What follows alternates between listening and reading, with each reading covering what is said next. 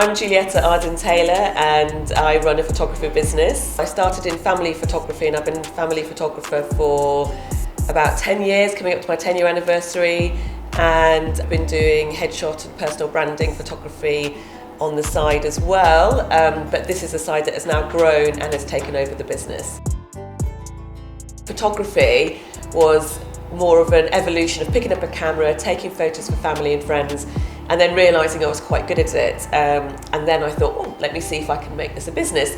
And so it was a gradual growth around my children, around my family, and then eventually led to 10 years of business. Well, I came across a camera actually one day. I'd picked it up and it reminded me of when I was at school doing my A-levels. And I love the creativity and the freedom. And then I really started taking photos of my family, friends, other people's family, friends, and then it naturally grew into a business. I didn't actually start thinking this was going to be my career. In my previous work, I worked for several brands, including TV brands like TFI Friday and Ginger Productions. And then I went on and worked for a brand called Mercedes-Benz, which everyone knows, of course. I worked for Heart Radio. And working with all those brands, I learnt how to not only do marketing, but I also learnt the importance of business and sales. I started with family photography and have predominantly been following the family journey from newborn to the first birthday, to then doing their whole family, the grandparents. And that's where I began, and that's kind of my backbone to building the business. And then after that, what happened was a lot of the families that I photographed, they decided that they needed headshots for their business. And because they trusted me already with their photography needs, I photographed their headshots.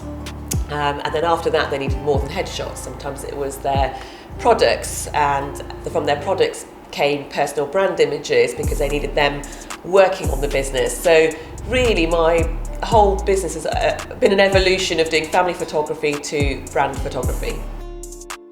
So I'm currently have launched something called the Brand Tribe. It encompasses all my personal brand photography, so the individual photography that I do for personal brands, but the actual tribe element is where I created a group which is of female business owners who need really strong strategic images for their business that can help them build trust. And this Brand Tribe will run 3 or 4 times a year. It is actually currently got 8 women in the Brand Tribe, and it launches next week with the first day of doing photographs. And these are seasonal images throughout the year. And the idea came about bringing women together so they can collaborate, create strong images, and also be able to work on their current projects throughout the year rather than just focusing on one brand shoot a year. So it's a really exciting project. I've launched the first one in April, and then the next set will come later on in the year. So this is something very new, something a little bit different, and I'm really excited to be bringing that into the business. One of my favourite things is these Diary of a CEO cards from Stephen Bartlett. And what I love to do is if I get stuck in conversation with anyone, I just pick a question and ask them, and it really helps break the ice when I'm doing photo shoots. Oh, I love this one. So this one is a question which David Harwood asked, Diary of a CEO, and he said, what lesson have you learned from your lowest point, and is there anything about it that you're grateful for? So this is an amazing question. My lowest point was when it's quite relevant because of what I did for my business. I actually lost a job before I had my daughter, and what happened there was actually quite painful because it was a situation where I felt unjust.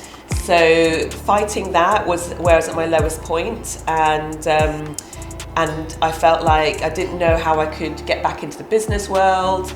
I didn't know how I could be confident again working for anyone. And I guess that's probably really one of the real reasons why I ended up doing what I do and working for myself, because the trust level was gone, and I didn't want to kind of go back into that world again where I had to fear whether, I trusted somebody or not.